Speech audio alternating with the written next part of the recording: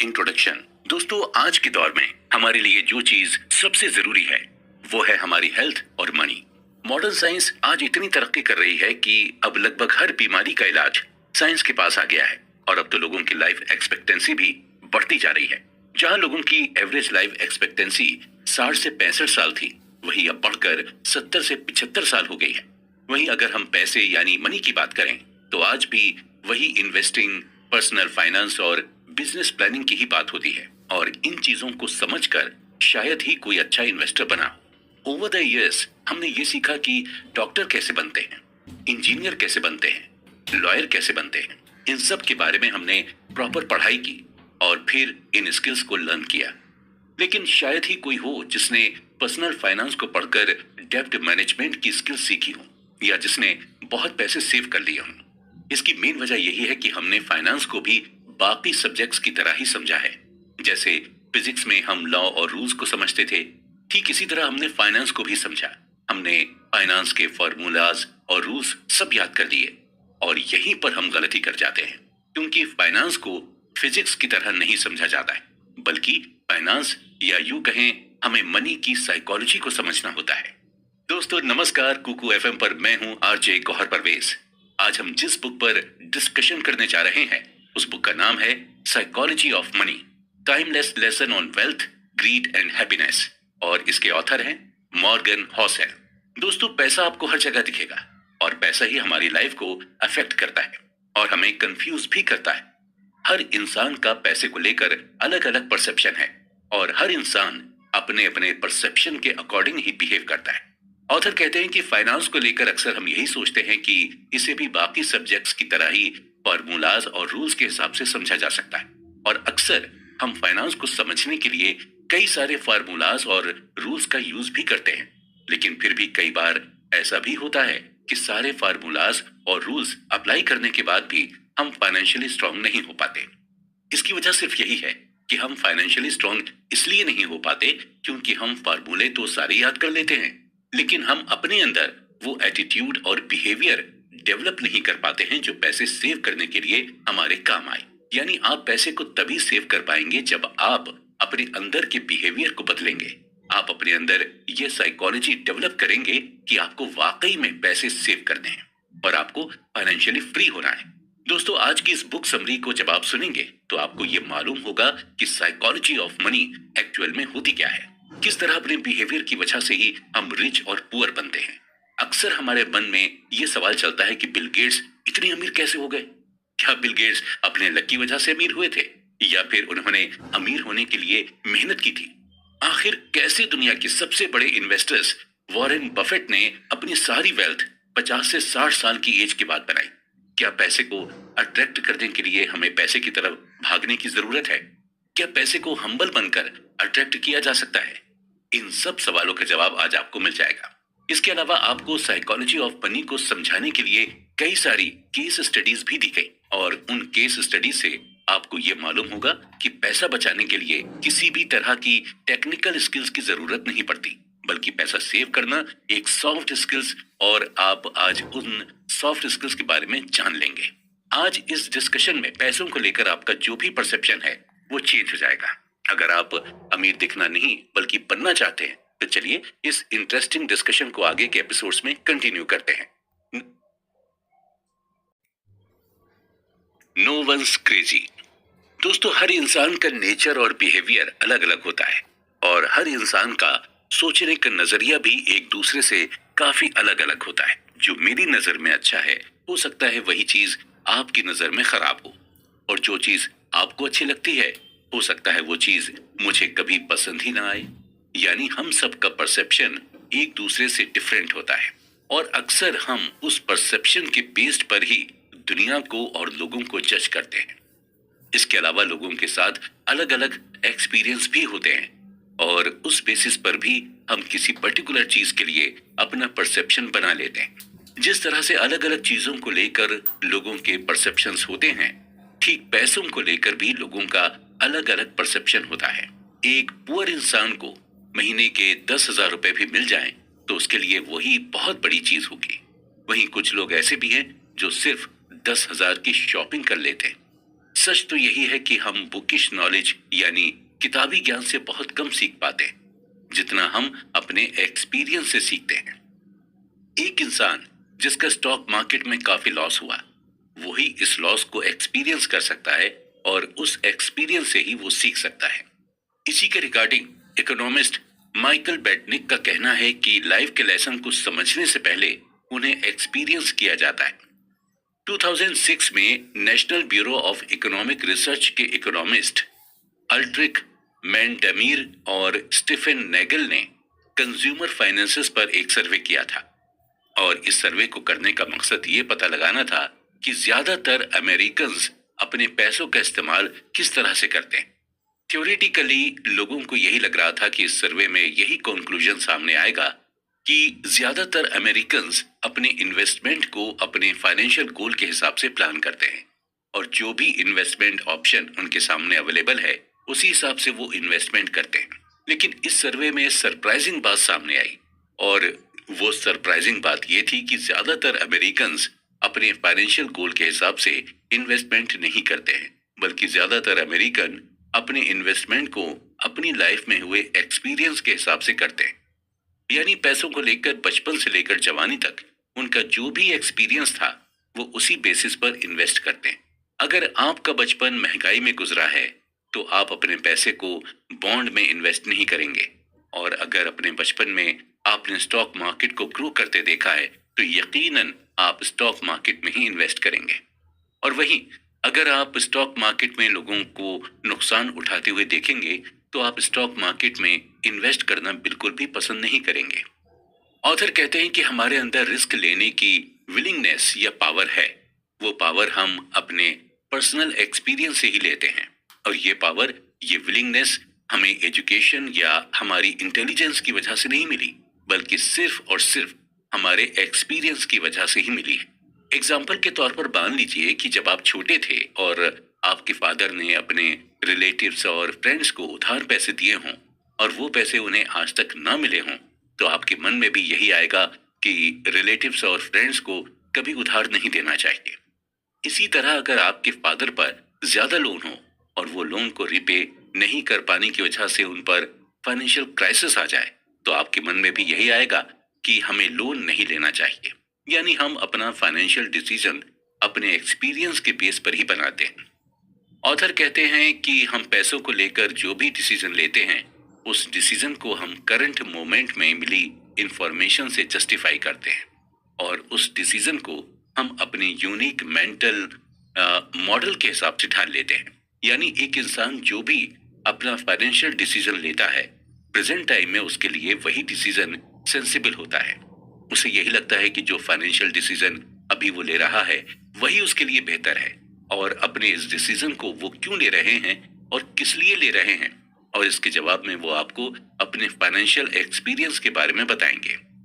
ऐसे लोग normally miss inform होते हैं, या फिर उनके पास इनकम्प्लीट इंफॉर्मेशन होती है, या फिर उन्हें बहका दिया जाता है।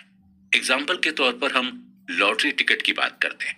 ये लॉटरी टिकट मोस्टली गरीब लोग ही खरीदते हैं, और खरीदते वक्त उन्हें ये डिसीजन बड़ा ही अच्छा लगता है क्योंकि उन्होंने लॉटरी के थ्रू लोगों को अमीर बनते हुए देखा है। उनका मेंटल मॉडल इसी तरह से वर्क करता है कि अमीर मेहनत से नहीं बल्कि लॉटरी या सिर्फ गलत तरीके से पैसे कमा कर ही बना जा सकता है, और नतीजा यही होता है कि ऐसे लोग लॉटरी टिकट खरीदते हैं या फिर शॉर्टकट का यूज करते हैं। पैसों के साथ हमारा जो बिहेवियर होता है वो बड़ा ही क्रेजी और बचकानी चीजों से भरा होता है। जो आपके लिए पागलपन हो सकता है वो चीज मेरे लिए सेंसिबल हो। असल में हम में से कोई भी पैसे के मामले में बेवकूफ नहीं है, हम सभी चालाक हैं, लेकिन बस फर्क इतना ही है कि हम पैसों का इस्तेमाल अपनी लाइफ में हुए एक्सपीरियंस के हिसाब से ही करते हैं। इसलिए पैसों के मामले में किसी को बेवकूफ या पागल मत समझिए, बस यही समझिए कि ये जो भी चीज कर रहा है वो अपनी लाइफ के एक्सपीरियंस की वजह से ही कर रहा है।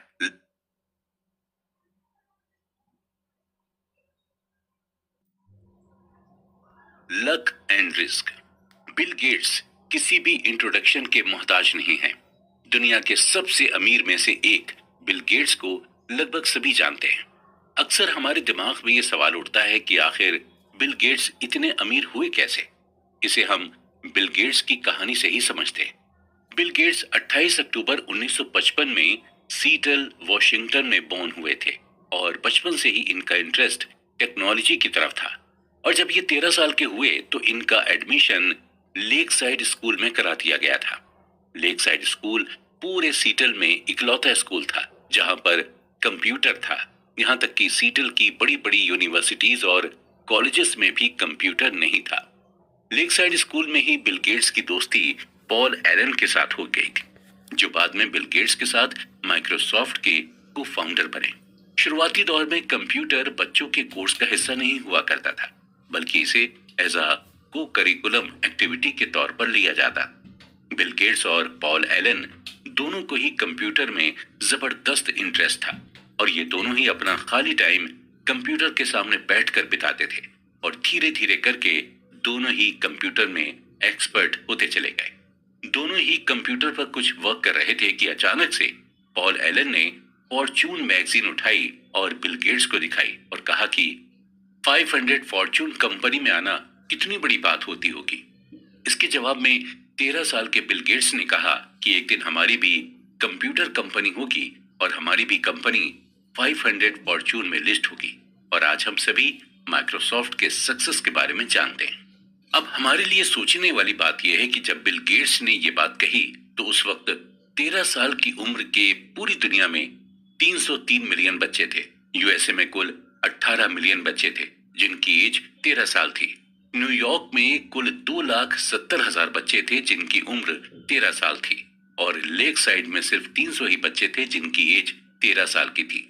यानी उस वक्त पूरी दुनिया के 303 मिलियन बच्चों में से सिर्फ एक बिल गेट्स ही थे जिन्हें कंप्यूटर की इतनी नॉलेज थी और जो 13 साल की एज में कंप्यूटर खरीदने के लिए कैपेबल थे और जिनके मन में कंप्यूटर कंपनी बनाने का ख्याल आया।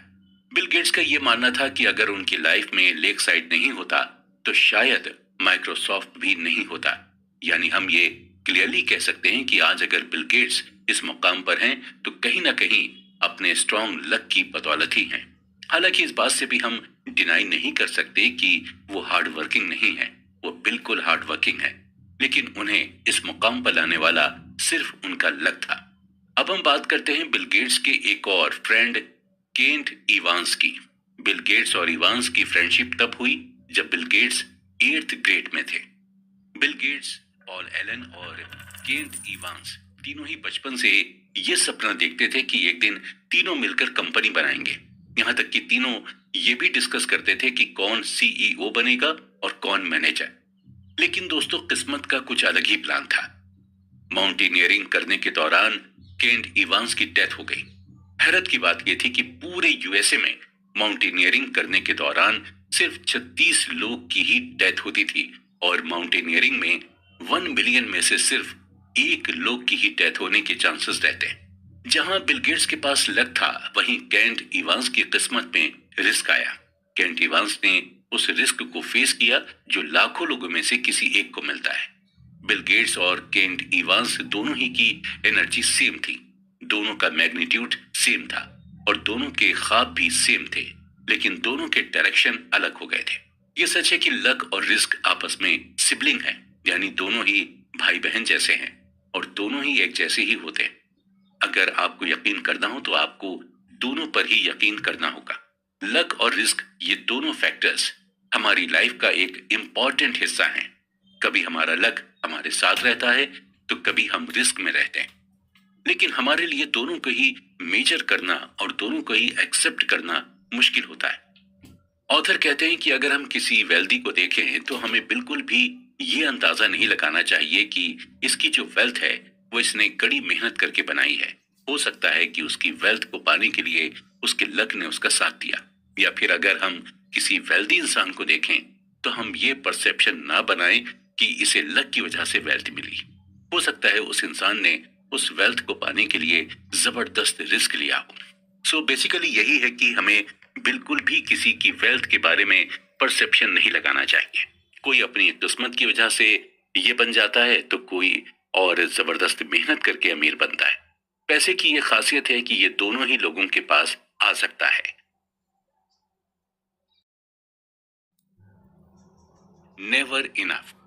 दोस्तों, अगर आपको भूख लगी हो और आपके सामने खाने की टेबल लगी और आपसे ये कहा जाए कि आपकी जो मर्जी हो वो आप खा सकते हैं और चाहे जितना खा सकते हैं। नॉर्मली जब इस तरह की सिचुएशन होती है तो एक इंसान अपनी भूख से ज्यादा खाने लगता है और जिसका नतीजा ये होता है कि उस इंसान का पेट खराब हो जाता है या फिर वोमिटिंग करने लगता है।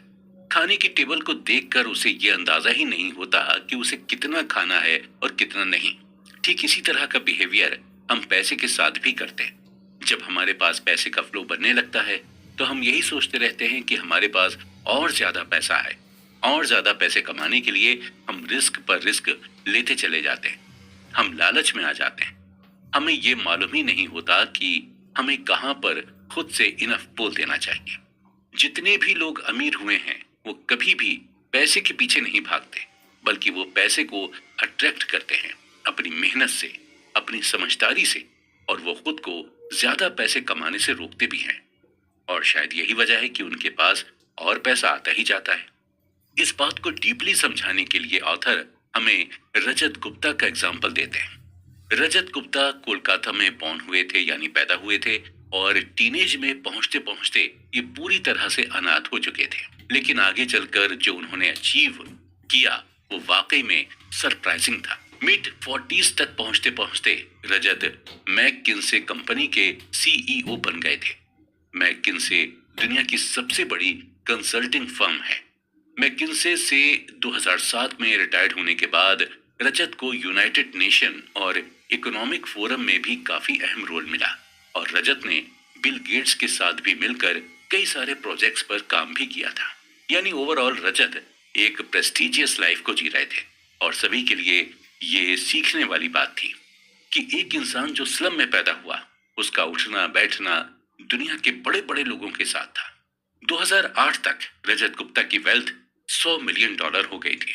यह अमाउंट इतना था कि इस अमाउंट से रजत जो चाहते वो कर सकते थे। लेकिन रजत की ख्वाहिश कुछ और ही थी। वो मिलेनियर तो थे, लेकिन अब वो बिलियनियर बनना चाहते थे। रजत लगभग 5 कंपनीज के बोर्ड ऑफ डायरेक्टर्स में शामिल थे। इसके अलावा बिलियनियर बनने की ख्वाहिश को भी पूरा करने के लिए रजत गुप्ता साइड हसल भी करने लगे, यानी एक्स्ट्रा इनकम जनरेट करने के तरीके का इस्तेमाल करने लगे। रजत शेयर ट्रेडिंग भी जमकर करने लगे थे। उन्हें किसी ने टिप दी कि वॉरेन बुफेट बैंक के सर्वाइवल के लिए $5 बिलियन का फंड देने वाले हैं। रजत गोल्डमैन सैच्स के बोर्ड ऑफ डायरेक्टर्स में शामिल थे। गोल्डमैन इन्वेस्टमेंट बैंकिंग की फील्ड में काफी बड़ा नाम थी। रजत को जब ये पता चला कि वॉरेन बफेट गोल्डमैन बैंक में इन्वेस्ट भी करने वाले हैं, तो उन्होंने फंड मैनेजर राज राजारत्नम को फोन करके बताया और फिर राज राजारत्नम ने अपने लिए और रजत गुप्ता के बिहाव पर गोल्डमैन के टोटल 1,75,000 शेयर खरीद लिए और फाइनली गोल्डमैन के शेयर के प्राइस बढ़ गए। रजत ने इस टोटल 17 मिलियन का प्रॉफिट कमाया और राजारत्नम ने $1 मिलियन का प्रॉफिट कमाया। जब ये बात सिक्योरिटी एक्सचेंज कमीशन को पता चली तो इनसाइडर ट्रेडिंग के एलिगेशंस में रजत गुप्ता और राजारत्नम दोनों को ही जेल हो गए। जो रेपुटेशन रजत ने इतने सालों से कमाई थी वो सब कुछ थोड़े ही दिनों में मिट्टी में मिल गई। अगर ऑथर की माने तो आपको अपने पास ऐसे कई सारे एग्जाम्पल मिलेंगे जिनके पास पैसे की कोई भी कमी नहीं रहती है, लेकिन फिर भी वो ज्यादा से ज्यादा कमाने के चक्कर में खुद को ही बर्बाद कर देते हैं। और इसकी सिर्फ यही वजह है कि उन्हें साइकोलॉजी ऑफ मनी नहीं पता होती। जब आपके पास बहुत ज्यादा पैसे आ जाएं, तो एक ऐसा टाइम आता है जहां पर आपको इनफ बोलना पड़ता है। अगर आप खुद को रोकेंगे नहीं तो आप पैसों के जाल में फंसते चले जाएंगे और नतीजा ये होगा कि आप अपनी इज्जत भी गंवाएंगे और अपना पैसा भी। आपको 4 चीजें हमेशा ध्यान में रखनी होंगी। पहली है, the hardest financial skills is getting the goal post moving. यानी जब आपके पास ज्यादा पैसा आ जाए तो आपको ज्यादा का लालच नहीं करना चाहिए। आपको धीरे धीरे आगे के गोल पर काम करना चाहिए। एम्बिशन पर ज्यादा सेटिस्फेक्शन पर फोकस करना चाहिए। जितनी तेजी से आप पैसे की तरफ भागेंगे उतनी ही तेजी से पैसा आपसे दूर भागेगा। इसलिए जरूरी यह है कि आप धीरे धीरे पैसे की तरफ जाएं और पैसे से सेटिस्फाइड होना सीखें। दूसरी है social comparison is the problem here. अपनी वेल्थ का, अपनी इनकम का कंपैरिजन किसी और से बिल्कुल भी ना करें, क्योंकि सोशल कंपैरिजन एक ऐसी लड़ाई है जो कोई भी जीत नहीं सकता, और ये लड़ाई कभी खत्म नहीं होती, लेकिन इसे खोलते खेलने वाला हारता जरूर है। आप अपने पैसे का कंपैरिजन करके खुद को ही मेंटली परेशान करते हैं। तीसरी है enough is not too little. Enough के थ्रू आपको ये रियलाइज करना होता है कि अगर आपने अपने आप को ज्यादा से ज्यादा पैसे कमाने के लिए पुश किया, तो एक ऐसा पॉइंट आएगा जहां पर आपको रिग्रेट होगा। जैसे हमने शुरू में कहा था कि आप उतना ही खाना खाइए जितना कि आप डाइजेस्ट कर सकें। इसलिए आपको पता होना चाहिए कि आपको कहां पर खुद को रोकना है। और चौथी है there are many things never worth risking no matter the potential gain. Rajat Gupta जब जेल से छूटे तो उन्होंने यही स्टेटमेंट दिया था कि हमें किसी चीज से अटैचमेंट नहीं रखनी चाहिए, वो चाहे रेपुटेशन की अटैचमेंट हो या पैसों की अटैचमेंट हो। कुछ ऐसी चीजें हैं जो इनवैल्यूएबल हैं, जैसे हमारी फैमिली, सोसाइटी में हमारी रिस्पेक्ट, फ्रीडम और इंडिपेंडेंस। ये सभी चीजें हमें बड़ी ही मुश्किल से मिलती हैं, और हमें तभी रिस्क लेना चाहिए जब हमें ये लगे कि हमारे रिस्क लेने से इन इनवैल्यूएबल चीजों पर कोई असर नहीं पड़ेगा। आप जरा खुद सोचिए कि ऐसा रिस्क लेने से क्या फायदा जहां पर आपकी इज्जत दांव पर लगे, या फिर आपकी फैमिली को प्रॉब्लम हो जाए, या आपकी फ्रीडम खत्म हो जाए। इसलिए जब भी कोई रिस्क लें तो इन सब चीजों के बारे में जरूर सोचें। सेटिस्फाई होना सीखें और पैसे को अट्रैक्ट करना सीखें। और पैसे को आप अट्रैक्ट तभी कर पाएंगे जब आप उसके पीछे भागना छोड़ देंगे। कॉन्फाउंडिंग कंपाउंडिंग। दोस्तों, एग्जाम से पहले एक रात पढ़ाई करके आप अच्छे नंबरों से पास हो सकते हैं, लेकिन टॉपर बनने के लिए आपको लगातार रोजाना पढ़ाई करनी होती है। आप सिर्फ एक दिन पढ़कर टॉप नहीं कर सकते। अगर आपको कोई कंपटीशन एग्जाम बीट करना हो तो उसके लिए एक ही दिन की पढ़ाई काफी नहीं होती, बल्कि आपको हर दिन थोड़ा थोड़ा पढ़ना होता है। तभी जाकर आप कंपटीशन बीट कर पाते हैं। ठीक इसी तरह का कॉन्सेप्ट पैसे के साथ भी। पैसा उसी को अपनी तरफ खींचता है जो उसके पीछे लगातार कंसिस्टेंसी के साथ मेहनत करता जाता है। अगर आपको सही मायने में वेल्दी होना है तो आपको रोजाना पैसे कमाने के लिए मेहनत करनी होगी। अक्सर लोग जल्दी से अमीर बनने की सोचते हैं, और जल्दी पैसे कमाने के चक्कर में वो लोग गलत तरीकों का इस्तेमाल करने लगते हैं, और नतीजा ये होता है कि जितनी तेजी से वो पैसा कमाते हैं उतनी ही तेजी से उनका पैसा चला भी जाता है। उन्हें पैसे की साइकोलॉजी पता नहीं होती। उन्हें ये नहीं मालूम होता कि पैसा उनसे अट्रैक्ट होता है जो उसे पाने के लिए हर दिन मेहनत करते जाते हैं। हम छोटी छोटी चीजों को करके ही बड़ी चीजों को पा सकते हैं, और छोटी चीजें करके बड़ी चीज पाने को ही कंपाउंडिंग कहते हैं। इस बात को ऑथर हमें एग्जाम्पल देकर समझाते हैं कि अगर आपका अपना वजन कम करना चाहते हैं तो आपका वजन एक ही दिन में कम नहीं हो जाएगा। आपको अपने वजन को कम करने के लिए डेली जिम जाना होगा और डेली एक्सरसाइज करनी होगी। जब आप डेली ये सभी प्रोसेस करेंगे तभी आपका वजन कम हो पाएगा। इस बात को सही तरह से समझने के लिए हम वॉरेन बफेट का एग्जाम्पल लेते हैं। वॉरेन बफेट के ऊपर लगभग 2000 किताबें लिखी जा चुकी हैं। ज्यादातर लोग यही कहते हैं कि वॉरेन बफेट दुनिया के सबसे अच्छे इन्वेस्टर्स में से एक हैं। नो डाउट, इस बात पर किसी को कोई शक नहीं है, लेकिन कुछ ही राइटर्स ऐसे हैं जो ये मेंशन करते हैं कि वॉरेन बफेट ने इन्वेस्टिंग की शुरुआत कब से की थी।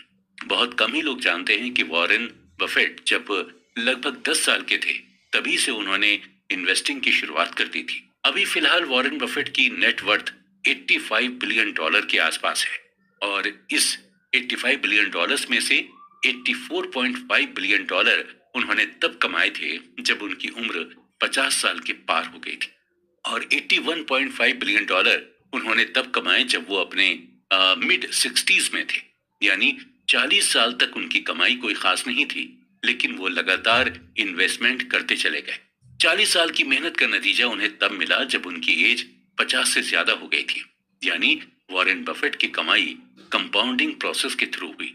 अक्सर हमारे साथ यही होता है कि हम शुरू में बड़े ही जोश खरोश के साथ मेहनत करते हैं, लेकिन जब हमें इसका रिजल्ट तुरंत नहीं मिलता तो हम हिम्मत हारने लगते हैं। ठीक इसी तरह जब हम अपने पैसे को शेयर मार्केट में इन्वेस्ट करते हैं और कुछ दिनों के बाद जब हमें इन्वेस्ट किए हुए पैसे में प्रॉफिट नहीं दिखाई देता तो हम इम्पेशेंट होकर उस शेयर को कम दाम में बेच देते हैं।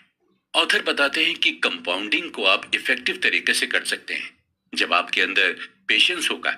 इसी तरह जब हम बिजनेस की शुरुआत करते हैं और उस बिजनेस की शुरुआत में हमें प्रॉफिट नहीं होता तो हम बेचैन यानी रेस्टलेस होने लगते हैं और नतीजतन उस बिजनेस को हम बंद कर देते हैं।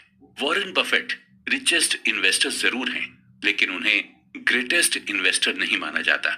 जिम साइमंस ने 1988 से 66% एनुअली अपनी इनकम को कंपाउंड किया है, जबकि वॉरेन बफेट ने 22% एनुअली अपने पैसे को कंपाउंड किया है। सरप्राइजिंगली साइमन की नेटवर्थ $21 बिलियन है और जबकि वॉरेन बफेट की $85 बिलियन है, यानी बफेट 75% ज्यादा वेल्दी हैं साइमन से।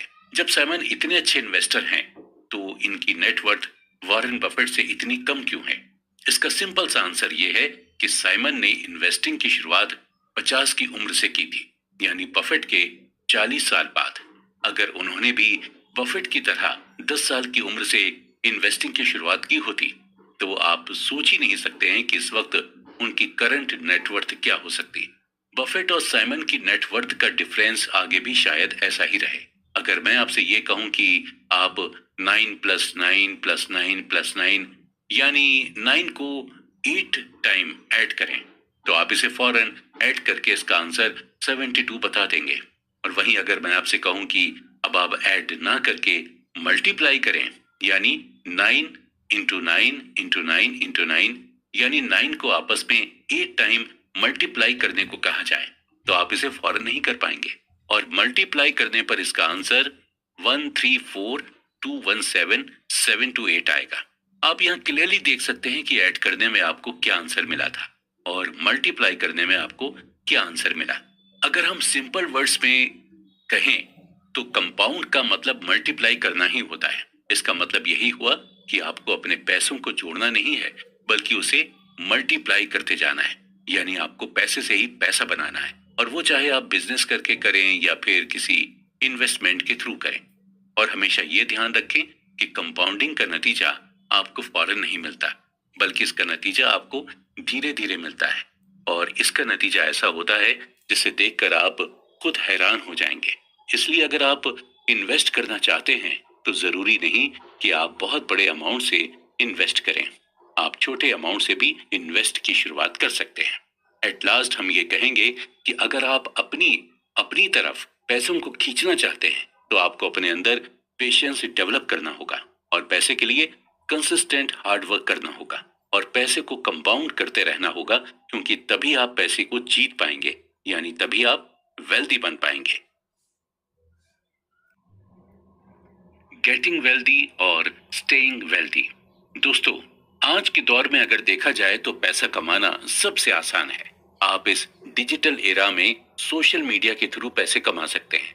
आप अपना YouTube चैनल बनाकर पैसे कमा सकते हैं, इंस्टाग्राम या फेसबुक पर पोस्ट अपलोड करके पैसे कमा सकते हैं या फिर अमेज़न या शॉपिंग ऐप पर प्रोडक्ट बेचकर पैसे कमा सकते हैं। यानी आज के इस टाइम में पैसे कमाने के ऑप्शंस बहुत सारे हैं। जितना आज के दौर में पैसा कमाना आसान है उतना ही इसे बचाना मुश्किल है। वेल्दी होना कोई बहुत बड़ी बात नहीं है, लेकिन वेल्दी बने रहना बहुत ही डिफिकल्ट है। चलिए इस बात को हम एक केस स्टडी के थ्रू डीपली समझते हैं। जेस लिवरमोर, जिनका जन्म 1877 में हुआ था, इन्हें अपने दौर का ग्रेटेस्ट इन्वेस्टर माना जाता था और ये उस टाइम प्रोफेशनल इन्वेस्टर बन गए थे जब इन्वेस्टिंग के बारे में कोई ज्यादा जानता तक नहीं था। सिर्फ 30 साल की उम्र में ही लिवरमोर ने $100 मिलियन की नेटवर्थ बना ली थी। 1929 के दौरान लिवरमोर स्टॉक मार्केट की दुनिया में जाना पहचाना नाम बन गए थे और उसी दौरान स्टॉक मार्केट भी पूरी तरह से क्रैश हो गई थी, जिसकी वजह से इकोनॉमी डिप्रेशन में चली गई थी। अक्टूबर 1929 तक स्टॉक मार्केट की हालत और खराब हो गई। ज्यादातर इन्वेस्टर्स और स्पेकुलेटर्स जबरदस्त फाइनेंशियल लॉस में आ गए थे और जिसकी वजह से कई इन्वेस्टर्स और स्पेकुलेटर्स सुसाइड करने लगे थे। लिवरमोर की वाइफ डोरा दी इन्वेस्टर्स के सुसाइड करने के इंसिडेंट से काफी परेशान थी और एक दिन लिवरमोर घर काफी देर में पहुंचे। घर देर में पहुंचने की वजह से लिवरमोर की वाइफ डोराथी काफी परेशान हो गई थी, लेकिन लिवरमोर को देखकर उन्हें सुकून मिला और उन्होंने लिवरमोर को अपने परेशान होने की वजह बताई। तो उन्होंने उन्हें बताया कि इस स्टॉक मार्केट के क्रैश में उन्हें बहुत फायदा पहुंचा है और लिवरमोर ने सिर्फ एक ही दिन में कई मिलियन डॉलर कमा लिए थे। लिवरमोर ने वाइफ डोराथी से यह भी कहा कि हम वेल्दी ही रहेंगे हमेशा, परेशान होने की कोई जरूरत नहीं है।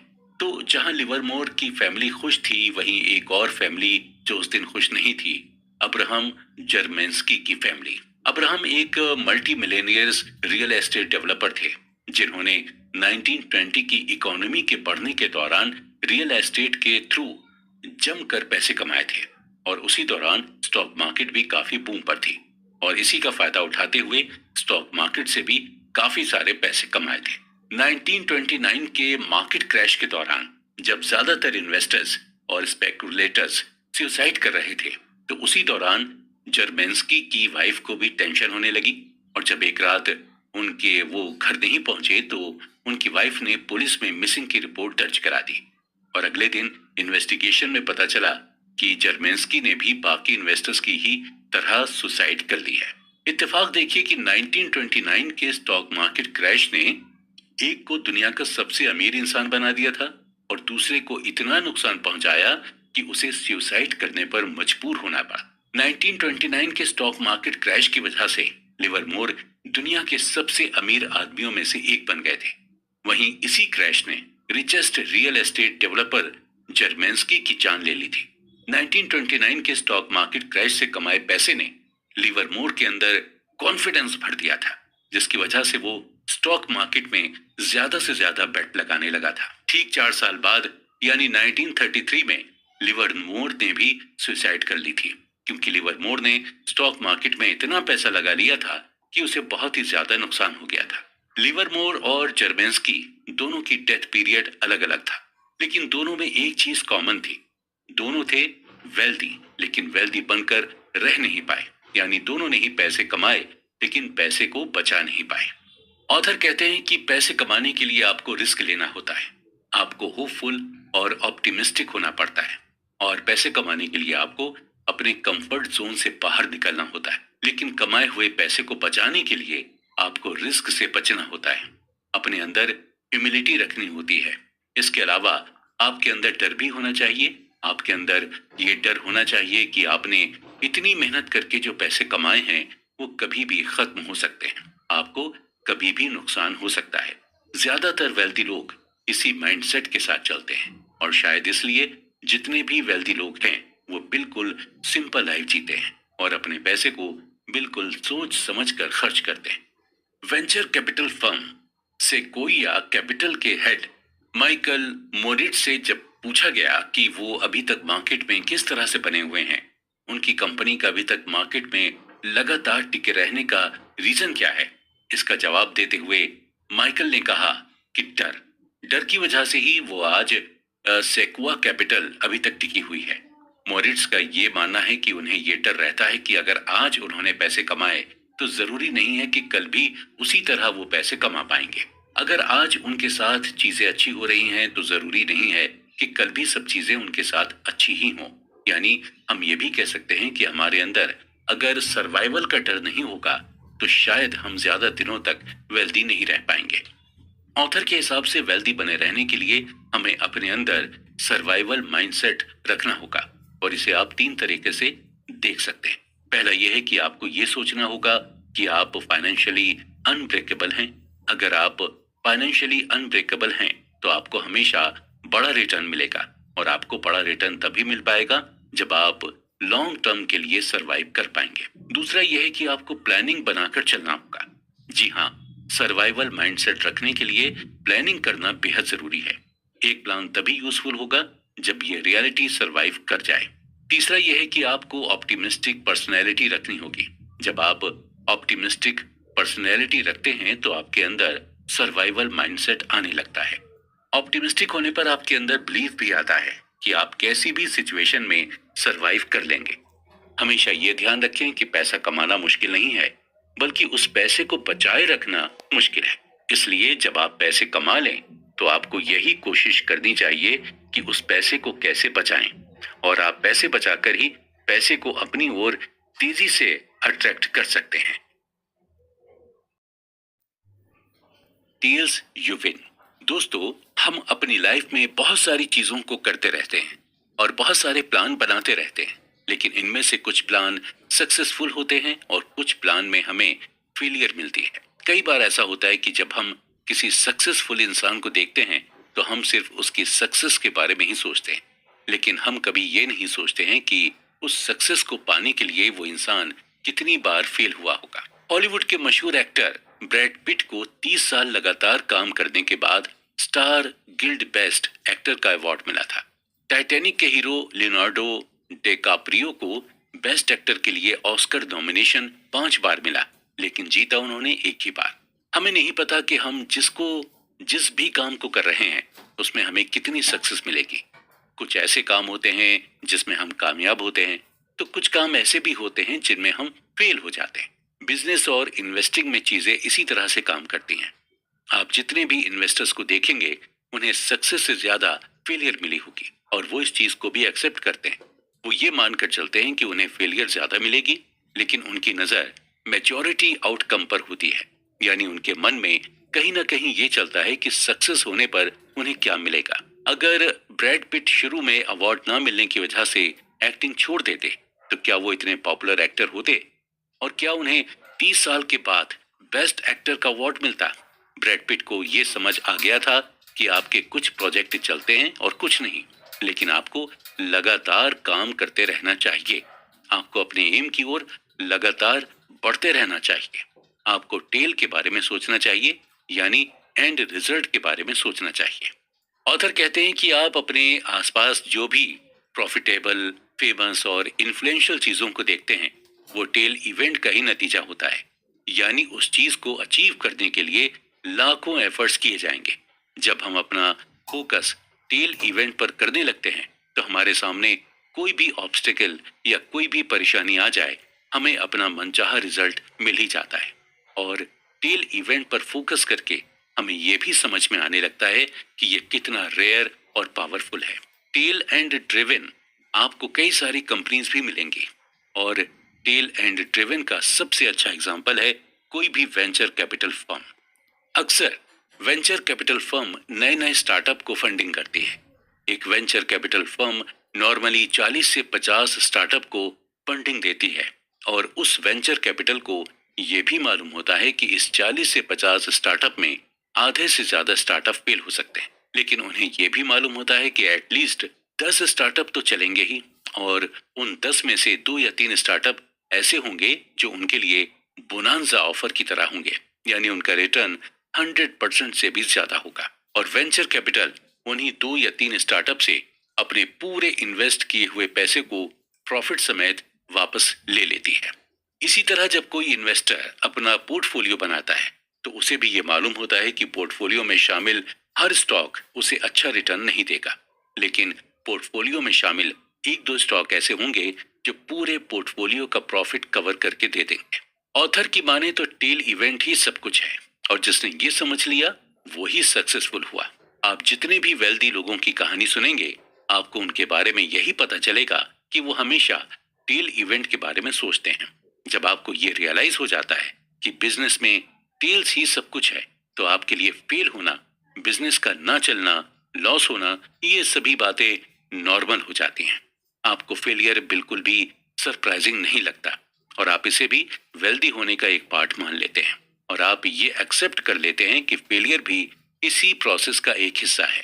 हमारे साथ इशू यही होता है कि हम फेलियर को एक्सेप्ट नहीं करते। हम पैनिक करने लग जाते हैं।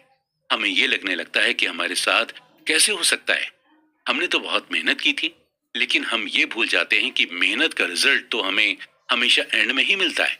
अगर आप एक अच्छे स्टॉक पिकर हैं तो आपके साथ ये हो सकता है कि कई बार आप स्टॉक पिक करने में गलती कर जाएं, या अगर आप एक अच्छे बिजनेसमैन हैं तो ये आपके साथ बिल्कुल हो सकता है कि आप एक खराब और नॉन प्रॉफिटेबल प्रोडक्ट को बेचने लग जाएं। ग्रेट इन्वेस्टर्स पीटर लिंच का ये मानना है कि अगर आप किसी बिजनेस में अच्छे हैं तो यानी आप उस बिजनेस में 10 में से 6 बार करेक्ट होंगे और 4 बार इनकरेक्ट होंगे। यानी आपके 6 डिसीजन सही होंगे तो 4 डिसीजन गलत होंगे। हम अपने ऊपर सही चीजों को करने के लिए खुद पर मेंटल प्रेशर बनाने लगते हैं। हम ये सोचने लगते हैं कि हमसे कोई गलती कभी हो ही नहीं सकती। महान बल्लेबाज सचिन तेंदुलकर भी फेल हुए थे और 25 साल क्रिकेट खेलकर भी उनसे कई गलतियां हुई थी। और अगर ऐसा ना होता तो 664 इंटरनेशनल मैचेस में उनकी 100 सेंचुरी से और कई ज्यादा सेंचुरीज होती। इन्वेस्टर्स और एंटरप्रेन्योर से हमें यही सीखने को मिलता है कि कोई भी हर बार सही डिसीजन नहीं ले सकता। आपको क्या लगता है कि Bill Gates, Jeff Bezos, Elon Musk हर बार सही ही डिसीजन लेते हैं? नहीं, उनके कई बार कई डिसीजंस गलत भी होते हैं। बस फर्क सिर्फ इतना है कि हमें उनके गलत डिसीजन के बारे में पता नहीं चलता, क्योंकि हम उनकी सक्सेस को ही देखकर चकाचौंध हो जाते हैं। हम में और उनमें बस फर्क यही है कि वो फेलियर को प्रोसेस का एक हिस्सा मानते हैं, उसे खुद पर हावी नहीं होने देते, क्योंकि उन्हें यह मालूम होता है कि टेल इवेंट में फेलियर जरूर मिल सकती है और उनका फोकस सिर्फ टेल इवेंट पर ही होता है, क्योंकि टेल इवेंट के एंड में सक्सेस उनका वेट कर रही होती है।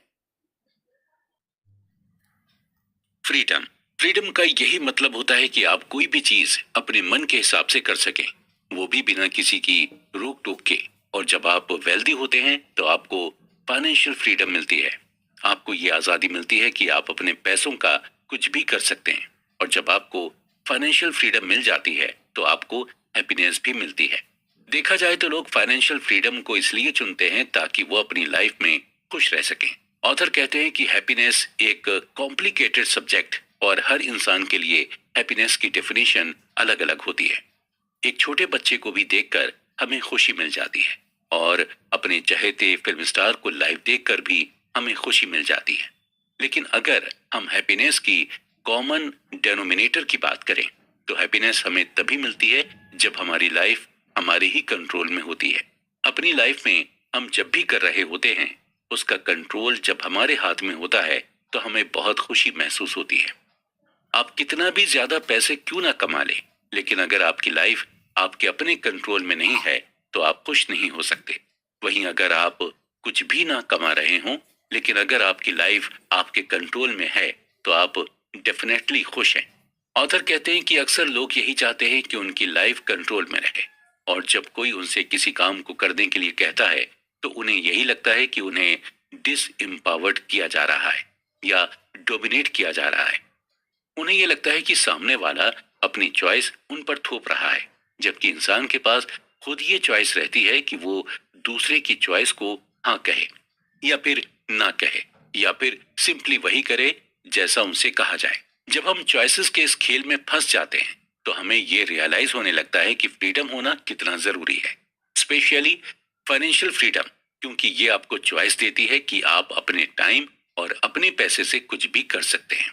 सक्सेसफुल एंटरप्रेन्योर डेरेक साइवर्स से जब उनके एक फ्रेंड ने यह पूछा कि वो इतने रिच कैसे हुए तो इसके जवाब में वो अपनी कहानी सुनाते हुए कहते हैं कि अपना स्टार्टअप शुरू करने से पहले वो जॉब करते थे और उस जॉब में उन्हें $1800 की सैलरी मिलती थी और वो हर महीने अपनी सैलरी में से कुछ न कुछ सेव करते थे। 2 साल के अंदर उन्होंने $12,000 सेव कर लिए थे। जॉब करने के दौरान उनकी एज 22 साल थी, यानी 22 साल की एज में उन्होंने $12,000 सेव कर लिए थे। $12,000 सेव करने के बाद डेरेक ने अपनी जॉब से रिजाइन कर दिया और जॉब छोड़कर वो एक फुल टाइम म्यूजिशियन बन गए थे। डेरेक को हर महीने म्यूजिक का कोई ना कोई असाइनमेंट मिलने लगा था और असाइनमेंट से मिलने वाले पैसे से वो अपना खर्च चलाते थे। ओवरऑल डेरेक को अब पूरी तरह से फ्रीडम मिल गई थी। उनको किसी चीज की कोई रोक टोक नहीं थी और वो अब ऐसे काम से पैसा कमा रहे थे जिसे करके उन्हें बेहद खुशी मिलती थी। डेरेक के दोस्त ने आगे की कहानी पूछी कि फाइनली डेरेक तुम अमीर कब बने। आगे फिर उनके फ्रेंड ने उनकी कंपनी के बेचने का जिक्र करते हुआ कि डेरेक क्या तुम अपनी कंपनी बेचकर अमीर हुए थे। इसका जवाब डेरेक ने बड़ी खूबसूरती से देते हुए कहा था कि कंपनी बेचना तो सिर्फ पैसों का ट्रांजैक्शन था, असल में अमीर वो 22 साल की उम्र में बन गए थे जब वो फुल टाइम म्यूजिशियन बन गए थे। जानी यानी कि हम अमीर असल में तब होते हैं जब हम वो काम करते हैं जिसे करने में हमें मजा आता है और उस काम को करने में हमें पैसे भी मिलते रहते हैं। असली फाइनेंशियल फ्रीडम तभी मिल सकती है जब आप वो करें जो आप करना चाहते हैं और उसी को करते हुए आपको पैसे भी मिलते रहें। लोग अक्सर फाइनेंशियल फ्रीडम की तलाश में अपनी जॉब चेंज करते रहते हैं क्योंकि उन्हें लगता है कि जॉब चेंज करके उन्हें ज्यादा पैकेज मिलेगा, जबकि ज्यादा पैकेज से फाइनेंशियल फ्रीडम नहीं मिलती। आपको फाइनेंशियल फ्रीडम तभी मिल पाएगी जब आपकी लाइफ आपके कंट्रोल में होगी। अब हम बात करते हैं man in the car paradox. जब आप किसी को महंगी कार चलाते हुए देखते हैं तो आप ये नहीं सोचते कि कार चलाने वाला इंसान कितना रिच होगा या उसने इस कार को खरीदने के लिए कितनी मेहनत की होगी, बल्कि आप यही सोचते हैं कि काश ऐसी ही महंगी कार हमारे पास भी होती। और ये एक पैराडॉक्स होता है। अक्सर लोग इसलिए वेल्दी होना चाहते हैं ताकि उन्हें लोग एडमायर कर सकें, लोग उन्हें पसंद करें। और ऐसे लोग इसलिए महंगे कपड़े, महंगी कार, महंगी घड़ियां खरीदते हैं ताकि वो दूसरों को इम्प्रेस कर सकें, दूसरे उन्हें एडमायर करें। बल्कि रियलिटी में दूसरे उनसे इम्प्रेस या एडमायर नहीं होते। उनके महंगे कपड़े, महंगी घड़ियां और महंगी कार देखकर दूसरे लोग अपने लिए एक बेंचमार्क तय कर लेते हैं कि उन्हें भी ऐसी ही घड़ी लेनी है, ऐसी ही महंगी कार लेनी है और ऐसे ही महंगे महंगे कपड़े पहनने हैं। और उनके अंदर भी सेम डिजायर होती है कि उनसे भी लोग इम्प्रेस हों और लोग उन्हें भी एडमायर करें। ये एक ह्यूमन टेंडेंसी है। इंसान हमेशा से चाहता है कि लोग उसे पसंद करें, उसे एडमायर करें, उसे ही लोग अपना रोल मॉडल माने। और इसके लिए ज्यादातर लोग पैसे का सहारा लेते हैं या फिर महंगी चीजों को प्रॉन्ट करके दूसरों का दिल जीतने की कोशिश करते हैं। लेकिन उन्हें भी ये मालूम होता है कि दूसरे भी यही चाहते हैं। वो आपसे और आपकी चीजों से इम्प्रेस नहीं होते हैं, बल्कि उनकी खुद की पर्सनल डिजायर उन्हें आपसे बात करने के लिए मजबूर करती है। लोगों को पैसे से इम्प्रेस करने से बेहतर है आप उन्हें अपनी ह्यूमिलिटी, काइंडनेस और एम्पैथी से इम्प्रेस करें, क्योंकि इन चीजों से बनाया गया इंप्रेशन लॉन्ग लास्टिंग होता है। आप कितने भी गरीब या अमीर हो जाएं, लेकिन अपने नेचर से आप लोगों को अपनी ओर खींच सकते हैं। Wealth is what you don't see. हम पैसे को तो अपनी आंखों से देख सकते हैं, लेकिन वेल्थ को नहीं। वेल्दी होना एक स्टेट ऑफ लिविंग है। जैसे आप हवा को नहीं देख सकते, ठीक उसी तरह आप वेल्थ को भी नहीं देख सकते। आपको ऐसे कई लोग मिल जाएंगे जो महंगी महंगी कार चलाएंगे, लेकिन महंगी कार होने पर भी वो इतने अमीर नहीं होते। वहीं आप ऐसे भी लोगों को देखेंगे जिनके पास नॉर्मल सी कार होगी, लेकिन एक्चुअल में वो बहुत अमीर होंगे। हालांकि ये भी हो सकता है कि अगर किसी के पास महंगी कार है तो वो एक्चुअल में वेल्दी हो सकता है, लेकिन उस महंगी कार की वजह से उसकी वेल्थ कम हो जाती है। ऑथर ने इस बात को हमें एग्जाम्पल देकर समझाया है कि अगर आपने 1 करोड़ की कार ली है तो इसका यही मतलब हुआ कि आपकी जो वेल्थ थी उससे आपके 1 करोड़ रुपए कम हो गए। मोस्टली जो वेल्दी होते हैं इसीलिए महंगी कार खरीदना अवॉइड करते हैं। हम अक्सर वेल्थ को देखकर ही जज करते हैं और हमें सामने वाला जैसा दिखता है हम उसी हिसाब से अपना परसेप्शन बना लेते हैं। अगर कोई महंगे ब्रांडेड कपड़े पहनता है तो हमें यही लगने लगता है कि सामने वाला वेल्दी है, लेकिन हमें पूरी रियलिटी नहीं पता होती। हो सकता है सामने वाले ने कपड़े तो महंगे पहने हैं, लेकिन उसके ऊपर लाखों करोड़ों का डेब्ट हो। मॉडर्न कैपिटलिज्म की वजह से आज लोग आसानी से खुद को वेल्दी दिखाते हैं, जबकि वो एक्चुअल में होते नहीं हैं। लोन लेकर आप भी महंगी कार ले सकते हैं, आलीशान घर बनवा सकते हैं या फिर महंगे कपड़े पहन सकते हैं। ये सब करना आसान है, लेकिन इन चीजों को मेंटेन करना आपके लिए मुश्किल हो जाएगा। महंगी कार लेंगे तो ईएमआई भी ज्यादा आएगी और फिर उसका मेंटेनेंस का बिल भी ज्यादा आएगा। यानी महंगी चीजें लेना आसान है, लेकिन उन्हें मेंटेन करना मुश्किल। और ये आप तभी कर पाएंगे जब आप वाकई में वेल्दी होंगे। इसी तरह सिंगर रिहाना ज्यादा खर्च करने के चक्कर में बैंकरप्ट हो गई थी और जिसकी वजह से उन्होंने अपने फाइनेंशियल एडवाइजर को केस कर दिया था। कोर्ट में एडवाइजर ने रिहाना से यही कहा कि जब आप महंगी महंगी चीजें खरीदेंगी तो एंड में आपके पास सिर्फ महंगी चीजें ही बचेंगी, आपके पास पैसे नहीं बचेंगे। अक्सर जब कोई ये कहता है कि वो करोड़पति बनना चाहता है तो उसका यही मतलब होता है कि वो करोड़ों रुपए खर्च कर सके। हम रिच और वेल्दी होने में डिफरेंशिएट नहीं कर पाते। रिच आपकी करंट इनकम बताती है। अगर आज आपके अकाउंट में 1 करोड़ रुपए हैं तो आप अमीर हैं, लेकिन वहीं अगर सालों से आपके अकाउंट में करोड़ों रुपए आते और जाते रहे हों तो आप वेल्दी हैं। आज आप अमीर हैं, हो सकता है कल आप अमीर ना हो। आज आपके अकाउंट में करोड़ों रुपए हों, लेकिन हो सकता है कल ना हो। सही मायने में वेल्दी कभी हमें दिखाई नहीं दे सकती। वेल्थ एक ऐसी इनकम होती है जो आप कभी खर्च नहीं करते। आज के दौर में हमें रिच इंसान तो मिल जाएगा, लेकिन वेल्दी इंसान नहीं मिलेगा, क्योंकि वेल्दी लोग बहुत ही लो प्रोफाइल तरीके से रहते हैं और ये ज्यादा सोसाइटी में लोगों के सामने खुलकर नहीं आते हैं, और इनके रहन सहन या ड्रेसिंग से आपको अंदाजा भी नहीं लग पाएगा कि ये रिच हैं। डीप डाउन अगर हम देखें तो हर इंसान वेल्दी ही बनना चाहता है। वो नहीं चाहता कि आज अगर उसके पास करोड़ों रुपए हों तो कल वो करोड़ों रुपए खत्म हो जाएं। इंसान यही चाहता है कि उसके पास करोड़ों रुपए हमेशा रहें और ये बढ़ते ही जाएं। इसके अलावा वो ये भी चाहता है कि उन्हें फ्रीडम और फ्लेक्सिबिलिटी मिले, और ये सभी चीजें आपको तभी मिलती हैं जब आपको ये मालूम होता है कि आपके पास फाइनेंशियल एसेट्स हैं जिसे आपने खर्च नहीं किया है। आप खुद सोचिए कि किस बात से आपको ज्यादा सेटिस्फेक्शन मिलता है, आपके अकाउंट्स में करोड़ों रुपए पड़े हों या फिर आपके अकाउंट से करोड़ों रुपए खर्च हो गए हों। जाहिर सी बात है, आपको इस बात से ज्यादा सेटिस्फेक्शन मिलेगा कि आपके अकाउंट में करोड़ों रुपए हैं और ये रुपए ऐसे हैं जिन्हें आप खर्च नहीं करना चाहते।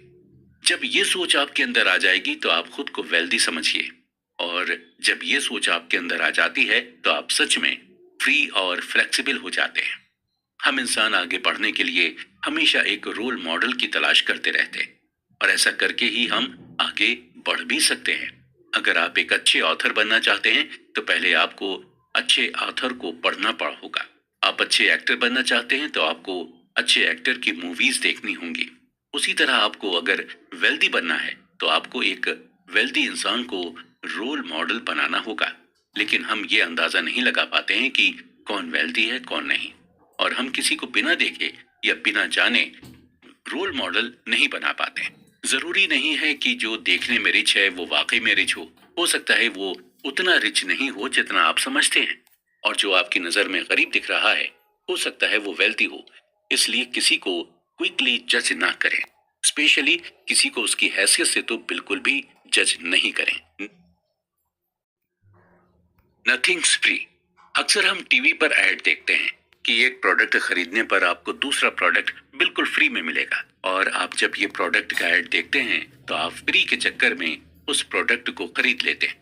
लेकिन असल में मार्केट में कुछ भी फ्री नहीं मिलता।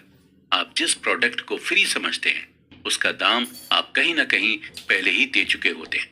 ऑथर कहते हैं कि हमें कई चीजों की ऑब्वियस प्राइस तब तक नहीं पता होती जब तक हम उस चीज को खरीद नहीं लेते या उस चीज का एक्सपीरियंस नहीं ले लेते। एग्जाम्पल के तौर पर आपको एक मूवी पैसा वसूल तभी लगती है जब तक आप उसे देख नहीं लेते और जब तक आप उसका एक्सपीरियंस नहीं कर लेते। मूवी अगर अच्छी है तो पैसा वसूल, और अगर बुरी है तो पैसे वेस्ट। और दोनों ही एक्सपीरियंस को पाने के लिए सबसे पहले आपको मूवी का टिकट लेना पड़ता है।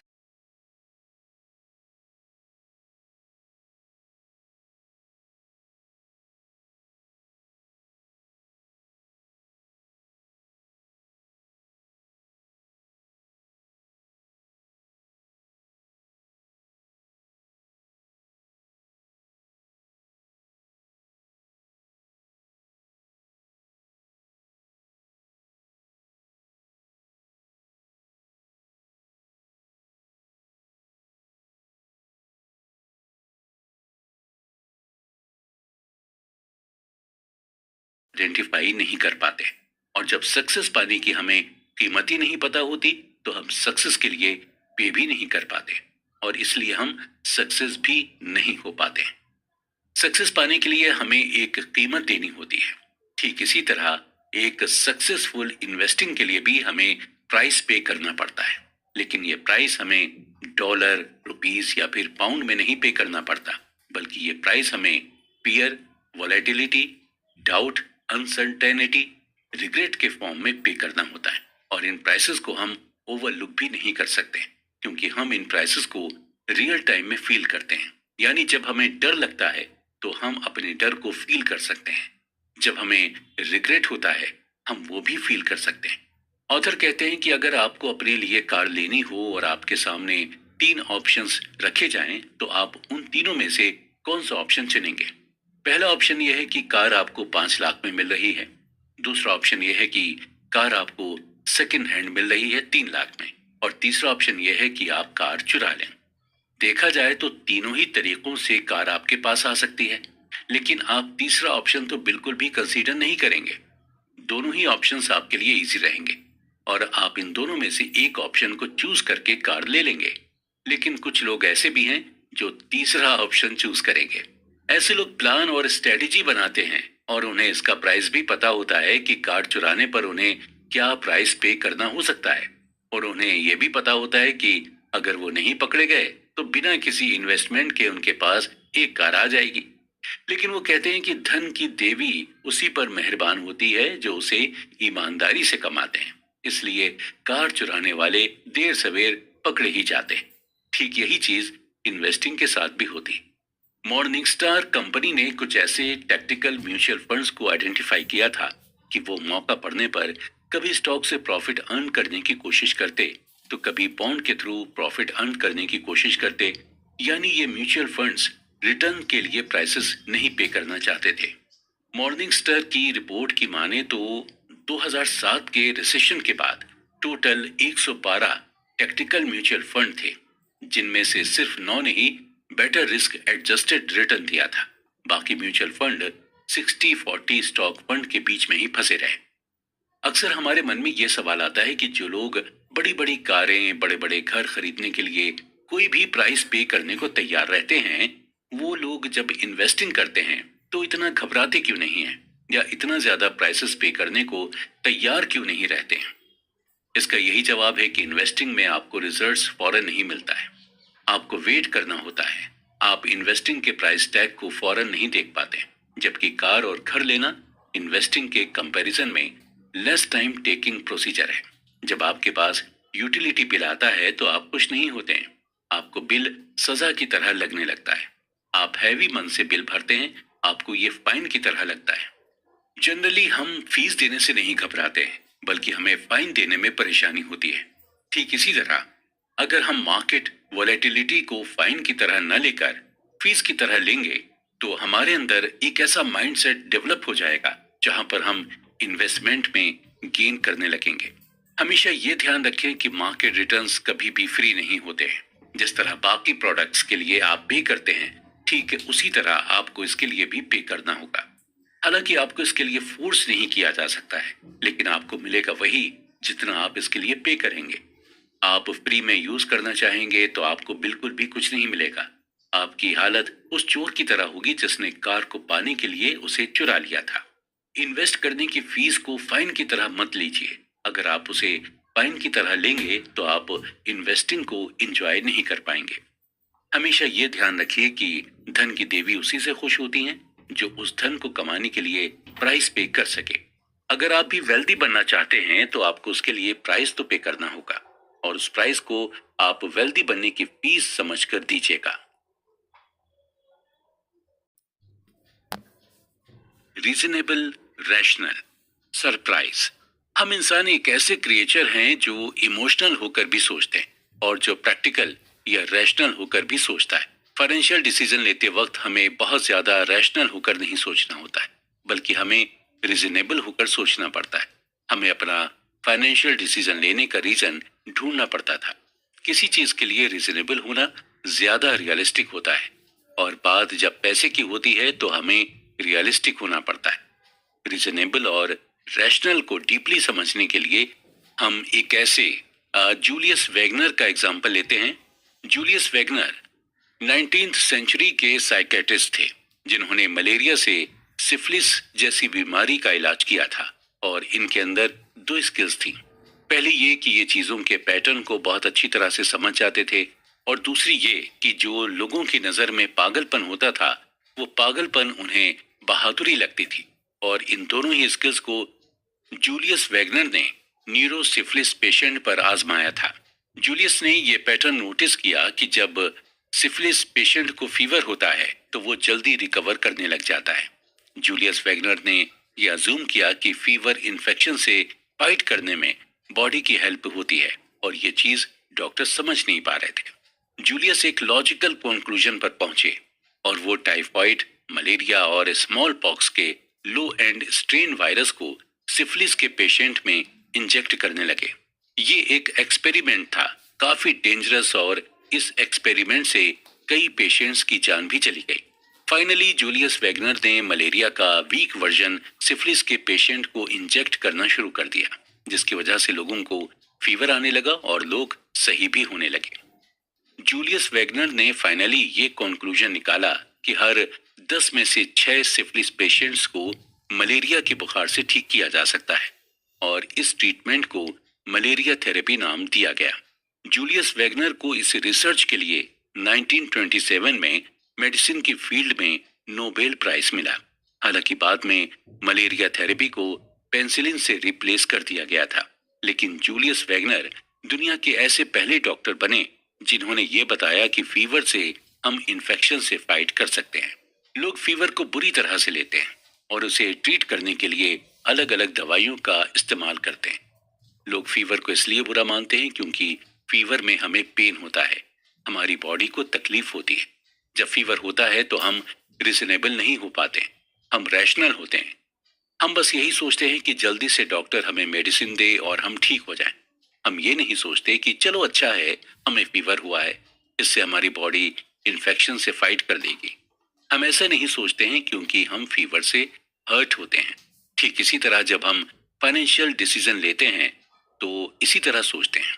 हम रिजनेबल नहीं, रैशनल होकर सोचते हैं क्योंकि हमें डर लगता है कि कहीं हमारा पैसा डूब ना जाए, कहीं हमें भारी नुकसान ना हो जाए। ऑथर कहते हैं कि देखा जाए तो एक इंसान ना तो रैशनल और ना ही इरैशनल है।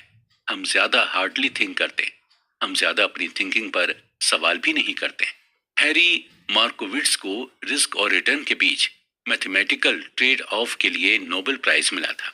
जब मार्कोविट्ज से पूछा गया कि उन्होंने किस तरह से अपने पैसे को इन्वेस्ट किया तो इसके जवाब में उन्होंने यही बताया कि उन्होंने अपने पोर्टफोलियो को बॉन्ड और इक्विटी में 50-50 स्प्लिट किया था ताकि कभी फ्यूचर में अपने इन्वेस्टमेंट को लेकर उन्हें रिग्रेट ना हो।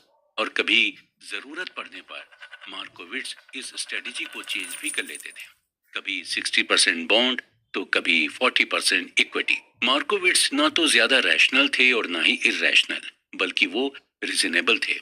उनके पास वजह थी, उनके पास ये वजह थी कि उन्हें फ्यूचर में कोई नुकसान ना हो, इसलिए ये स्ट्रेटेजी उन्होंने अपनाई थी। फाइनेंशियल प्लानिंग बनाने से पहले आप उसके लिए रीजन ढूंढें।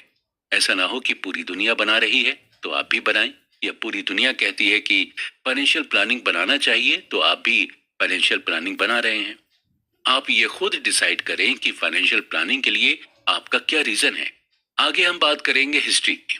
हिस्ट्री मोस्टली सरप्राइजिंग इवेंट की स्टडी होती है, लेकिन जो इन्वेस्टर्स होते हैं वो हिस्ट्री के बेसिस पर ही फ्यूचर का अजम्पशन या एनालाइज करते हैं। इन्वेस्टर्स जब मार्केट की हिस्ट्री को देखते हैं तो उससे ये रफ आइडिया लगा लेते हैं कि फ्यूचर में वो क्या क्या आइडियाज को यूज कर सकते हैं, लेकिन अक्सर इन्वेस्टर्स हिस्ट्री का यूज करके अपना और दूसरों का नुकसान करा देते हैं। इन्वेस्टिंग हिस्ट्री पर इन्वेस्टर को डिपेंड नहीं रहना चाहिए। इन्वेस्टिंग हिस्ट्री पर डिपेंड होकर इन्वेस्टर्स दो गलतियां कर देते हैं। पहली ये कि आप आउटलेयर्स इवेंट को मिस कर सकते हैं जिसकी वजह से मार्केट में मूवमेंट होता रहता है। ऑथर बताते हैं कि हर डेकेड, हर सेंचुरी अलग अलग होती है और हर डेकेड में अलग अलग टाइप्स के लोग होते हैं। 19th सेंचुरी की ग्लोबल इकोनॉमी अलग थी और 20th सेंचुरी की ग्लोबल इकोनॉमी बिल्कुल अलग है। 19th सेंचुरी में 2 वर्ल्ड वॉर हुए और स्टॉक मार्केट का ग्रेट डिप्रेशन भी आया, लेकिन अभी अगर हम 20th सेंचुरी की बात करें तो इतने मेजर इवेंट्स नहीं हुए जिसे हम इन्वेस्टिंग हिस्ट्री में इंक्लूड कर सकें। अगर आप इन्वेस्टर हैं तो आपको ये समझना होगा कि हर इवेंट अलग अलग होती है और अलग अलग तरह से मार्केट को इफेक्ट करती हैं। अगर 19 रूम फॉर एरर्स। दोस्तों, हम इंसान भी अजीब होते हैं। कल हमारे साथ क्या होगा हम इस चीज की बिल्कुल भी प्रिडिक्शन नहीं कर सकते। लेकिन प्लान हम आने वाले कई सालों के लिए बना लेते हैं। हम इस चीज को बेवकूफी कह सकते हैं या फिर हम इसे हमारी ऑप्टिमिस्टिक थिंकिंग कह सकते हैं। कब हमारे साथ क्या हो जाए हमें कुछ भी पता नहीं होता, यानी हमारी लाइफ अनएक्सपेक्टेड होती है। ठीक इसी तरह जब हम फाइनेंशियल बिहेवियर की बात करते हैं तो फाइनेंशियल बिहेवियर का बेस्ट एग्जाम्पल हमें ऐसी जगह से देखने को मिलता है जहां से किसी को एक्सपेक्टेशन ही नहीं होती है। लास वेगास के कैसीनोज स्मार्ट फाइनेंशियल बिहेवियर का शानदार एग्जाम्पल है। जी हाँ, कैसीनोज में आपके ऐसे कई ब्लैक जैक कार्ड प्लेयर मिल जाएंगे जो आपको ये सिखा सकते हैं कि अपने पैसे को कैसे मैनेज करें, और ये आपको रूम ऑफ एरर की इंपॉर्टेंस क्या होती है ये भी आप ब्लैक जैक कार्ड प्लेयर से सीख पाएंगे। ब्लैक जैक कार्ड काउंटिंग का फंडामेंटल सिंपल है। किसी को इस बात की सर्टेनिटी नहीं होती है कि कार्ड डीलर अगला कौन सा कार्ड ड्रॉ करेगा, लेकिन जो ब्लैक जैक कार्ड प्लेयर होते हैं वो इस तरह से अज्यूम करते हैं कि कौन कौन सा कार्ड डीलर पहले ही ड्रॉ कर चुका है, और इस असम्पशन पर ब्लैक जैक कार्ड प्लेयर ये बता देते हैं कि अगला कार्ड कौन सा होगा। ऑथर इस बात को हमें एग्जाम्पल देकर समझाते हैं कि सपोज कीजिए एक कार्ड डीलर के पास ABCD और E नाम के 5 कार्ड थे, जिनमें से A और B कार्ड डीलर पहले ही ड्रॉ कर चुका है। तो blackjack card player C, D और E को लेकर अपना एजम्पशन करते हैं। वो अपनी प्रोबेबिलिटी को कम करने की कोशिश करते हैं, यानी वो रूम फॉर एरर का चांस नहीं देते। ऐसा प्लेयर जब आपको ये मालूम होता है कि कार्ड कौन सा आने वाला है तो आप फिर ज्यादा बेट लगाते हैं, और जब आपको एग्जैक्टली पता नहीं होता कि कार्ड कौन सा आने वाला है तो आप कम बेट लगाते हैं। ब्लैक जैक कार्ड प्लेयर को यह मालूम होता है कि वो गेम ऑफ ऑड्स खेल रहा है और इस खेल में कोई सर्टेनिटीज नहीं होती। आप कभी भी ये गैस नहीं कर सकते हैं कि कौन सा मोमेंट आपके लिए बेस्ट होगा। आप अपने आप को रूम फॉर एरर देना चाहते हैं।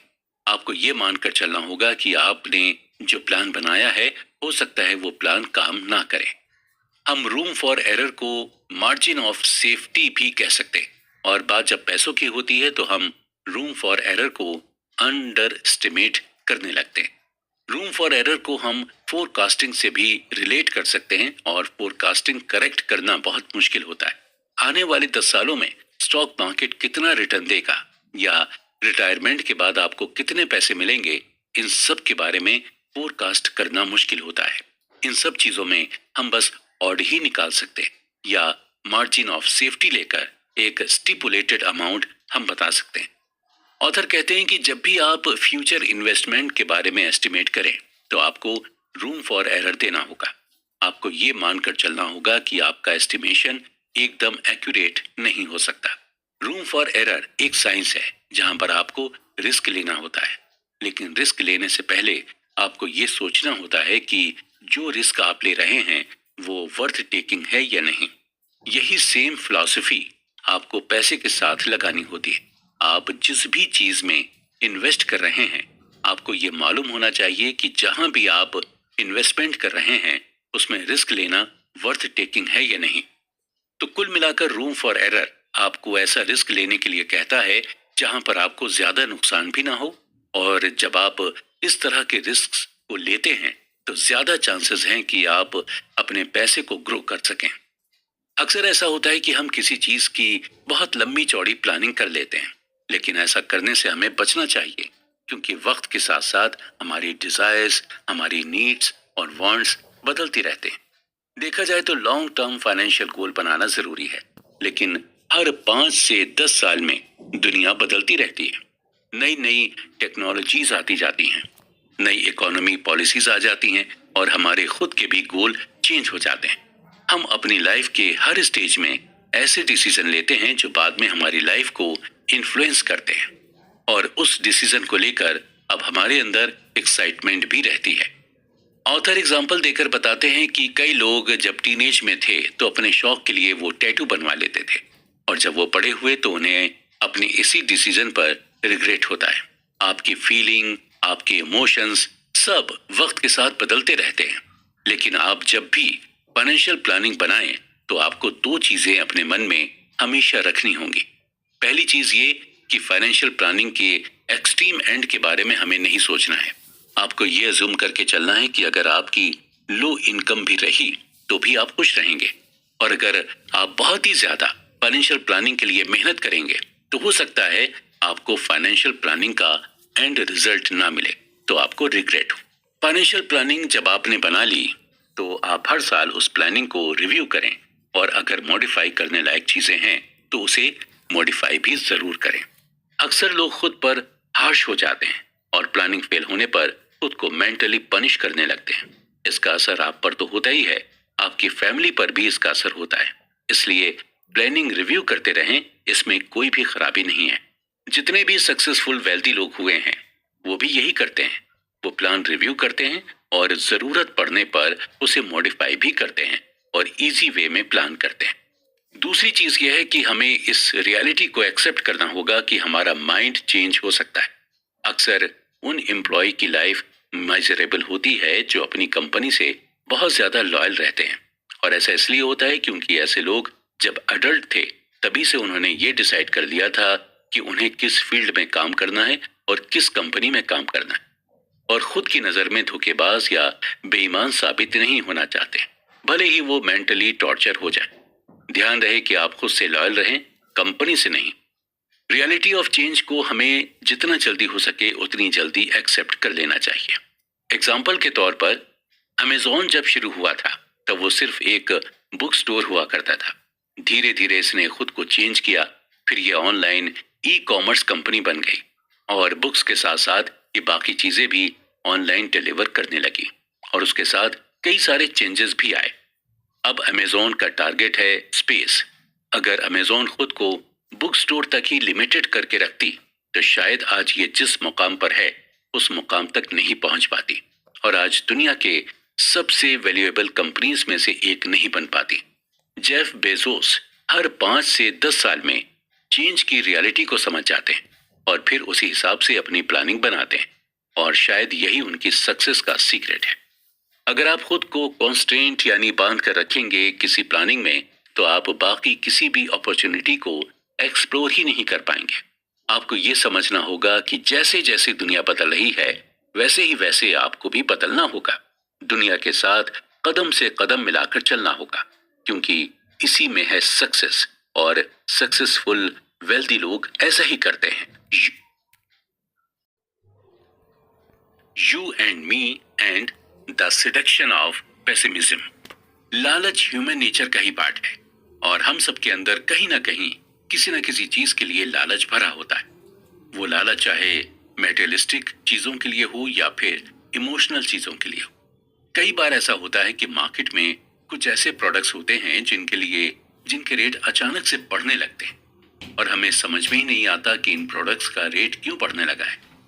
ज्यादातर लोगों को यही लगता है कि किसी प्रोडक्ट का रेट बढ़ने की वजह लालच होता है। अचानक से प्रोडक्ट के रेट बढ़ने को इकोनॉमी की लैंग्वेज में बबल कहते हैं। बबल के लिए पूरी तरह से लालच को ब्लेम करना सही नहीं है। जब भी किसी प्रोडक्ट के दाम मार्केट में बढ़ते हैं तो हम यही कहते हैं कि ट्रेडर्स लालची हो गया है, क्योंकि हम इसे सिर्फ अपने ही नजरिए से सोचते हैं। हमें एक्चुअल में ये पता ही नहीं होता कि इस बबल के पीछे की वजह क्या है। कोई भी एक्सपर्ट आपको ये नहीं बता पाएगा कि आखिर ये इकोनॉमिकल बबल होते क्यों हैं। ये ठीक उसी तरह है जब कोई आपसे पूछे कि आखिर ये वॉर क्यों होते हैं। आप कभी इसका रीजनेबल आंसर नहीं दे पाएंगे, क्योंकि वॉर करने के सबके अलग अलग रीजंस होते हैं। लेकिन हम एक रीजन इसके लिए कह सकते हैं, वो ये है कि कभी कभी इन्वेस्टर्स दूसरे इन्वेस्टर से कुछ ऐसी एडवाइस ले लेते हैं जो एक्चुअल में उनके लिए सही नहीं होती। यानी दूसरे इन्वेस्टर्स के इन्फ्लुएंस में आकर कई इन्वेस्टर्स ऐसे डिसीजन ले लेते हैं जिनकी वजह से पूरी मार्केट में असर देखने को मिलता है, और जिसकी वजह से इकोनॉमिकल बबल आ जाता है। एक नॉर्मल इंसान का विजन और एक इन्वेस्टर का विजन अलग अलग होता है। एक नॉर्मल इंसान की कोशिश यही रहती है कि वो अपने पैसे को लॉन्गर टर्म तक इन्वेस्ट करके रखे, जबकि इन्वेस्टर्स अपने इन्वेस्टमेंट को शॉर्ट टर्म तक के लिए रखते हैं। ऑथर हमें एग्जाम्पल देकर समझाते हुए कहते हैं कि जब .com बबल हुआ, यानी टेक्नोलॉजी बबल, तब 1999 में याहू के स्टॉक के लिए एक नॉर्मल इंसान पागल हुआ जा रहा था। उसे यही लग रहा था कि यह इन्वेस्टमेंट 30 साल बाद उन्हें $1 जिलियन का रिटर्न देगा। लेकिन इन्वेस्टर्स ने इन सब पर सिर्फ कम टाइम के लिए इन्वेस्ट किया था और ज्यादा अमाउंट इन्वेस्ट किया था। इन्वेस्टर्स को ये मालूम था कि इस स्टॉक में अभी मोमेंटम है, लेकिन ये मोमेंटम कभी भी शिफ्ट हो सकता है, इसलिए शॉर्ट टर्म में ज्यादा अमाउंट इन्वेस्ट करो। और जब कोई एक अच्छा ट्रेडर शॉर्ट टर्म इन्वेस्टमेंट करता है तो उसे देखकर कई दूसरे ट्रेडर्स भी इन्वेस्ट करने लगते हैं और कई ट्रेडर्स इंट्रा डे ट्रेडिंग भी करते हैं, जिससे कभी कभी इकोनॉमिकल बबल होने लगता है।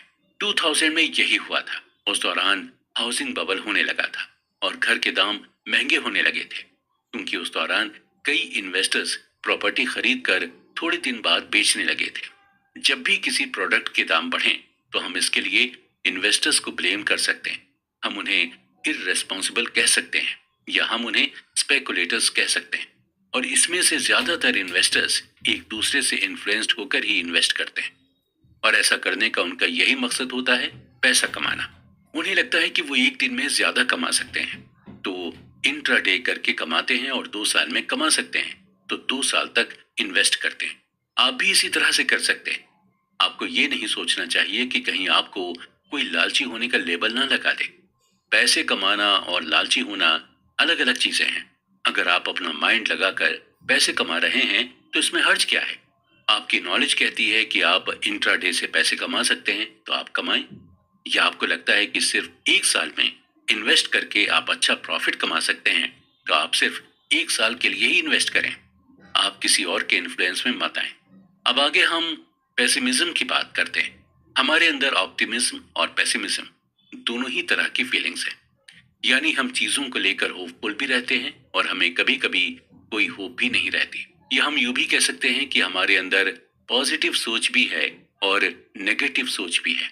कभी कभी जब हम हमारे साथ नेगेटिव चीजें होती हैं तो ही हम पॉजिटिव चीजों के डायरेक्शन में तेजी से भागते हैं। इसे हम जापान के एग्जाम्पल से समझते हैं। वर्ल्ड वॉर के बाद जापान की हालत बहुत ही ज्यादा खराब हो चुकी थी और जापान की इकोनॉमी लगभग डूब चुकी थी। जापान ऑलमोस्ट इंडस्ट्रियली, सोशली और इकोनॉमिकली बर्बाद हो चुका था। और अगर कोई उस वक्त जापानी लोगों से यह कहता कि 50 साल बाद आप लोग दुनिया की सबसे डेवलप कंट्री बनेंगे तो शायद जापानी लोग आप पर हंसते। लेकिन हुआ यही, जापानियों ने इन 50 सालों में इतनी ज्यादा तरक्की कर ली कि इसकी इकोनॉमी का लोग एग्जाम्पल देने लगे थे और इसने हर फील्ड में खुद को डेवलप कर लिया था। देखा जाए तो पेसिमिज्म ऑप्टिमिज्म से ज्यादा स्मार्टर है और रीजनेबल भी है। अगर आप किसी से कहें कि सब कुछ अच्छा होगा तो शायद आपकी इन बातों पर वो ज्यादा अटेंशन नहीं देगा। लेकिन वहीं अगर आप उससे ये कहें कि तुम खतरे में हो, तुम्हारे साथ कुछ बुरा हो सकता है, तो उसकी अटेंशन आपकी तरफ शिफ्ट हो जाएगी। ऑथर की माने तो मोस्टली जब आप किसी से कहते हैं कि तुम कुछ नहीं कर पाओगे, तुम्हारी लाइफ में कुछ नहीं हो पाएगा, तो ये बात उस इंसान को चुभती है और आपकी ये बात उसके लिए फ्यूल का काम करती और वही इंसान कुछ साल के बाद आपको गलत साबित कर देता है। यानी आपने पेसिमिज्म एटीट्यूड दिखाकर सामने वाले को ऑप्टिमिज्म की तरफ शिफ्ट कर दिया। इसी तरह जब एक स्टॉक ट्रेडर ये कहता है कि उसने जो स्टॉक खरीदा है वो आने वाले सालों में दुगना हो जाएगा, तो ज्यादा चांसेस रहते हैं कि शायद ऐसा ना हो। वहीं जब कोई ये बोलता है कि जो स्टॉक उसने खरीदा है वो एकदम बेकार है, तो अक्सर वही स्टॉक अच्छा परफॉर्मेंस दे देता है। बात जब पैसे की आती है तो आपको थोड़ा पेसिमिस्टिक होकर सोचना चाहिए, क्योंकि इससे आपको फाइनेंशियल लॉस कम फील होगा। एग्जाम्पल के तौर पर जब आप किसी को अपने पैसे उधार देते हैं तो उधार देते वक्त आपको मन में कहीं ना कहीं ये सोच लेनी चाहिए कि आपके पैसे अब शायद नहीं मिलेंगे। जब जब आप इस तरह की सोच अपने मन में रख लेते हैं तो आपको फाइनेंशियल लॉस की ज्यादा टेंशन नहीं रहती। आप अपने मन में पहले से ही ये परसेप्शन बना लेते हैं कि आपको ऑलरेडी लॉस हो चुका है और जब वही पैसे आपको वापस मिलते हैं तो आपको बहुत खुशी होती है। और जबकि वो पैसे खुद आपके ही होते हैं, वो एक्स्ट्रा पैसे भी नहीं होते जो आपने कमाए हों। आपका पैसा आपको कुछ दिनों बाद मिलता है। ये खुशी आपको इसलिए मिलती है क्योंकि आप अपने मन में पेसिमिस्टिक थॉट लेकर चले थे। वहीं अगर बात हम इन्वेस्टिंग की करें तो हम बहुत ज्यादा एक्सपेक्टेशंस रख लेते हैं। हम ये उम्मीद लगाकर बैठ जाते हैं कि हमें बहुत ज्यादा रिटर्न मिलेगा और जब नहीं मिलता तो हम फ्रस्ट्रेट होकर सैड हो जाते हैं। लेकिन वहीं अगर हम ये मानकर चलें कि हमें बहुत ज्यादा रिटर्न नहीं मिलेगा या शायद हमें हमारा प्रिंसिपल अमाउंट ही नहीं मिलेगा, तो हम अपने मन में इत्मीनान रख लेते हैं और जब हमें थोड़ा भी रिटर्न मिलता है तो हमें बहुत ज्यादा खुशी मिलती है। इसलिए पैसों के मामले में ज्यादातर पेसिमिज्म सोच रखें, वो भी तब जब आप अपने पैसे को कहीं इन्वेस्ट कर रहे हैं। अदरवाइज आपको हमेशा ये सोचना चाहिए कि आप एक दिन वेल्दी जरूर बनेंगे। When you will believe in anything। दोस्तों, अक्सर हमने हॉलीवुड की फिल्मों में देखा है कि कैसे एलियंस अमेरिका के शहरों में अटैक कर देता है। तो चलिए उन्हीं एलियंस का एग्जाम्पल लेते हैं। मान लीजिए कि एलियंस अमेरिका के न्यूयॉर्क शहर में आया और इस बार ये एलियन अटैक करने नहीं बल्कि 2007 और 2009 की अमेरिकन इकोनॉमी को चेक करने आया। 2007 में उसने देखा कि लोग मौज मस्ती कर रहे हैं, पार्टी कर रहे हैं, अच्छा खा रहे हैं, अच्छे अच्छे कपड़े पहन रहे हैं। 2009 में फिर उसने देखा कि लोग पार्टी कर रहे हैं, अच्छा खा पी रहे हैं और अच्छे अच्छे कपड़े पहन रहे हैं। यानी 2007 और 2009 की लाइफस्टाइल में ज्यादा डिफरेंस नहीं था। जब एलियन ने डिफरेंसेस को क्लोजली नोटिस करना शुरू किया तो उसने ये देखा कि लोग तो नहीं बदले, लेकिन टेक्नोलॉजी जरूर बदल गई। अब लोग नए नए फीचर्स वाले फोन रखने लगे हैं और कंप्यूटर बेहतर होने लगे हैं, मेडिसिन बेटर हो गई हैं और कार्स की माइलेज बढ़ने लगी है। यानी 2007 के कंपैरिजन में 2009 की इकोनॉमी इंप्रूव हुई है। फिर जब एलियन और क्लोजली देखता है तो वो ये देखकर हैरान हो जाता है कि अभी भी लाखों लोग अनएम्प्लॉयड हैं। लाखों लोग ऐसे हैं जिनके पास अपना खुद का घर नहीं है, यानी जो गरीबी में रह रहे हैं और स्टॉक मार्केट की हालत खराब है। एलियन और सरप्राइज हो जाता है और ये सोचता है कि लोग वही हैं, लोगों की नॉलेज भी वही है, ऐसा कुछ ज्यादा बदला नहीं है, लेकिन फिर भी लोग ज्यादा गरीब होते जा रहे हैं और ज्यादा अनएम्प्लॉयड होते जा रहे हैं। ऐसा इसलिए हुआ क्योंकि 2007 में हमने इकोनॉमी के लिए एक विजन सेट किया था। हमने ये विजन सेट किया था कि एक दिन हाउसिंग प्राइस में स्टेबिलिटी आएगी और लोगों को एम्प्लॉयमेंट मिलेगा और स्टॉक मार्केट में इम्प्रूवमेंट होगा। लेकिन 2009 तक उस विजन पर वर्क नहीं किया गया। हमने उस विजन पर या उस स्टोरी पर बिलीव करना छोड़ दिया था और इसी वजह से इतना डिफरेंस आया है और इतना बदलाव आया है। जब हाउसिंग प्राइस कम नहीं हुए तो लोग मॉर्गेज में डिफॉल्ट करने लगे थे। डिफॉल्ट केस बढ़ने की वजह से बैंक ने लोन देना ही बंद कर दिया था। लोन ना मिलने की वजह से लोगों के घर नहीं बिक पा रहे थे, लोग घरों को खरीद नहीं पा रहे थे। ऑथर कहते हैं कि जब हम इकोनॉमी, बिजनेस और इन्वेस्टमेंट में ग्रोथ की बात करते हैं तो हम सिर्फ टेंजिबल चीजों की बात करते हैं, यानी उन चीजों को जिनको हम टच कर सकते हैं, जैसे बड़ी कार, बड़ी बिल्डिंग, एक्सेट्रा एक्सेट्रा। हमें टेंजिबल चीजों के बारे में बताकर ये कहा जाता है कि हमारी इकोनॉमी ग्रो कर रही है। हमें यही स्टोरी बता दी जाती है कि इकोनॉमिक ग्रोथ बहुत ज्यादा है। एक्चुअली ये पूरी दुनिया ही स्टोरी ड्रिवन है। आप यहाँ पर कुछ भी बता दें, लोग यकीन कर लेते हैं, उससे कुछ नहीं करते हैं। गवर्नमेंट कह देती है कि हमने ये डेवलप किया, इकोनॉमी में ग्रोथ हुई एक्सेट्रा, लेकिन रियलिटी में स्टोरी अलग होती है। जब आप इस स्टोरी ड्रिवन वर्ल्ड में अपने पैसे को मैनेज करना चाहते हैं तो आपको दो बातें ध्यान में रखनी होंगी। पहली यह है कि जब आप किसी चीज को सच मानने लगते हैं तो आप उस सच के सच होने को, ऑड को ओवर एस्टिमेट करने लग जाते हैं, यानी आप उस सच को फिक्स्ड मान लेते हैं। आपको उसके अलावा दूसरे किसी सच पर यकीन नहीं होता है। ऑथर इस बात को हमें एक एग्जाम्पल देकर समझाते हैं कि अगर आपके पास पैसे नहीं हैं और आपसे ये कहा जाए कि शहर के बाहर एक बाबा रहते हैं जो किसी भी बीमारी का इलाज कर लेते हैं, तो आप उस बाबा के पास जाते हैं और अपनी बीमारी का इलाज कराने लग जाते हैं। अगर आपके पास पैसा होता तो आप किसी बड़े हॉस्पिटल में जाकर अपना इलाज करा लेते हैं। यानी इससे ये प्रूफ होता है कि जब आपके पास पैसे नहीं होते और आप बीमार हो जाते हैं तो आप किसी भी बात को सच मान लेते हैं। दूसरी चीज यह है कि जब हमें दुनिया के बारे में इनकम्प्लीट व्यू मिलता है तो हम खुद से ही उस व्यू को कंप्लीट करने लग जाते हैं। हम खुद का नैरेटिव बनाकर उस गैप को फिल करने लग जाते हैं। अगर ऐसा होता है कि जब आप किसी को कोई बात बताते हैं तो वो इंसान जब किसी और को आपकी बात बताता है तो उसमें वो अपना नैरेटिव डाल देता है या एक दो चीजें अपनी तरफ से भी ऐड कर लेता है।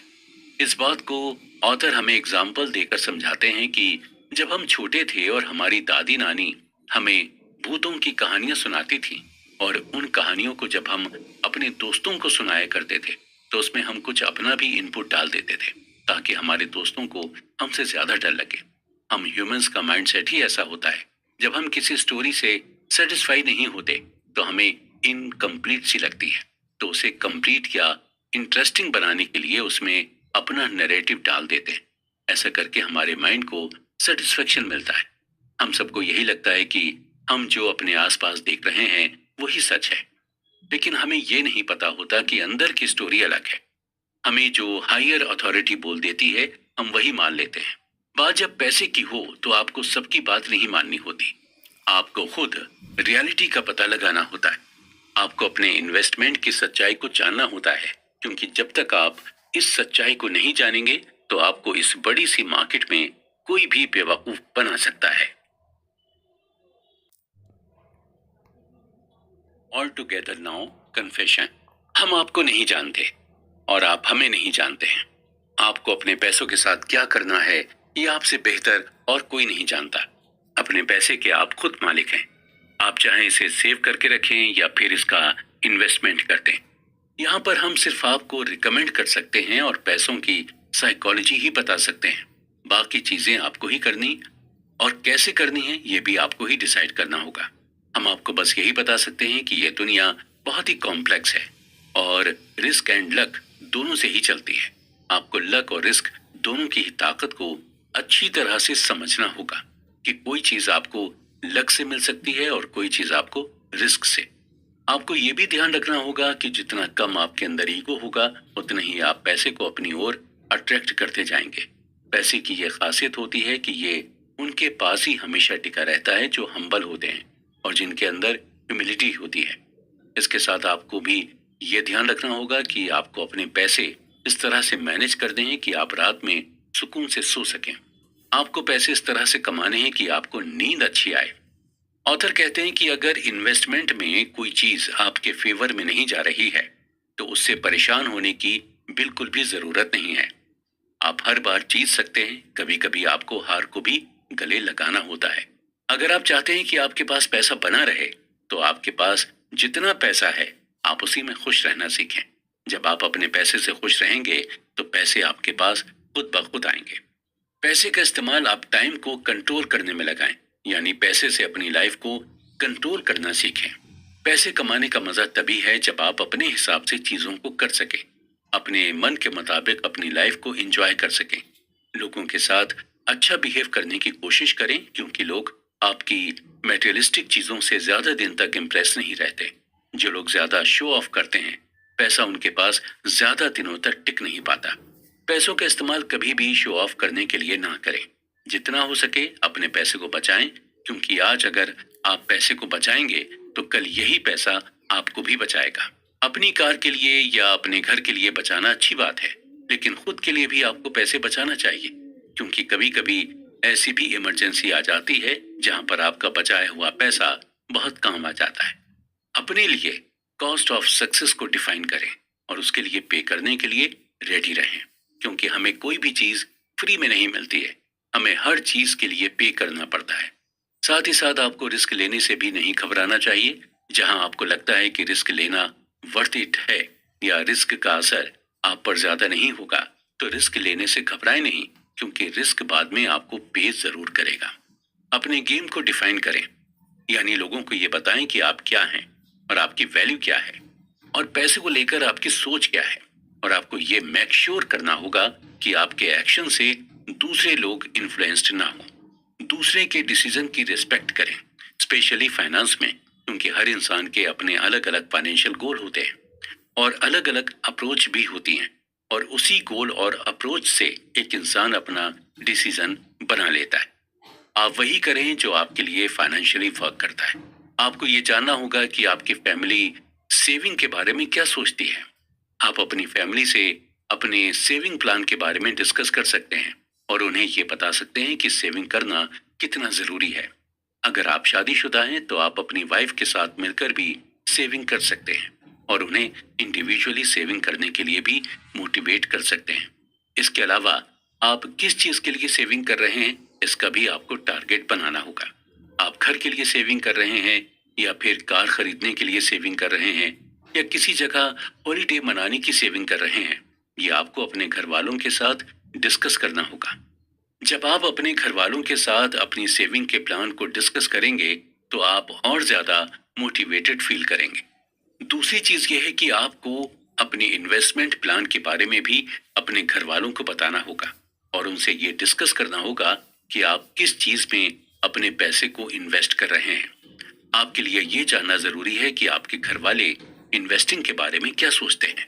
आपको अपने घर वालों को स्टॉक मार्केट के बारे में बताना होगा और उन्हें यह समझाना होगा कि अगर स्टॉक मार्केट में आपको नॉलेज है तो स्टॉक मार्केट में इन्वेस्ट करने से बिल्कुल भी घबराना नहीं चाहिए।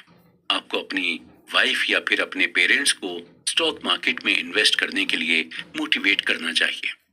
ऑथर आगे कहते हैं कि आपको स्ट्रांगली अपनी फाइनेंशियल फ्रीडम पर वर्क करना चाहिए। हमारा जो भी फाइनेंशियल गोल है उसकी तरफ धीरे धीरे कदम बढ़ाना चाहिए और हमारा ये कदम सही डायरेक्शन में तभी बढ़ेगा जब हम साइकोलॉजी ऑफ मनी को समझ जाएंगे और अपने दिमाग में पूरी तरह से इसे बसा लेंगे।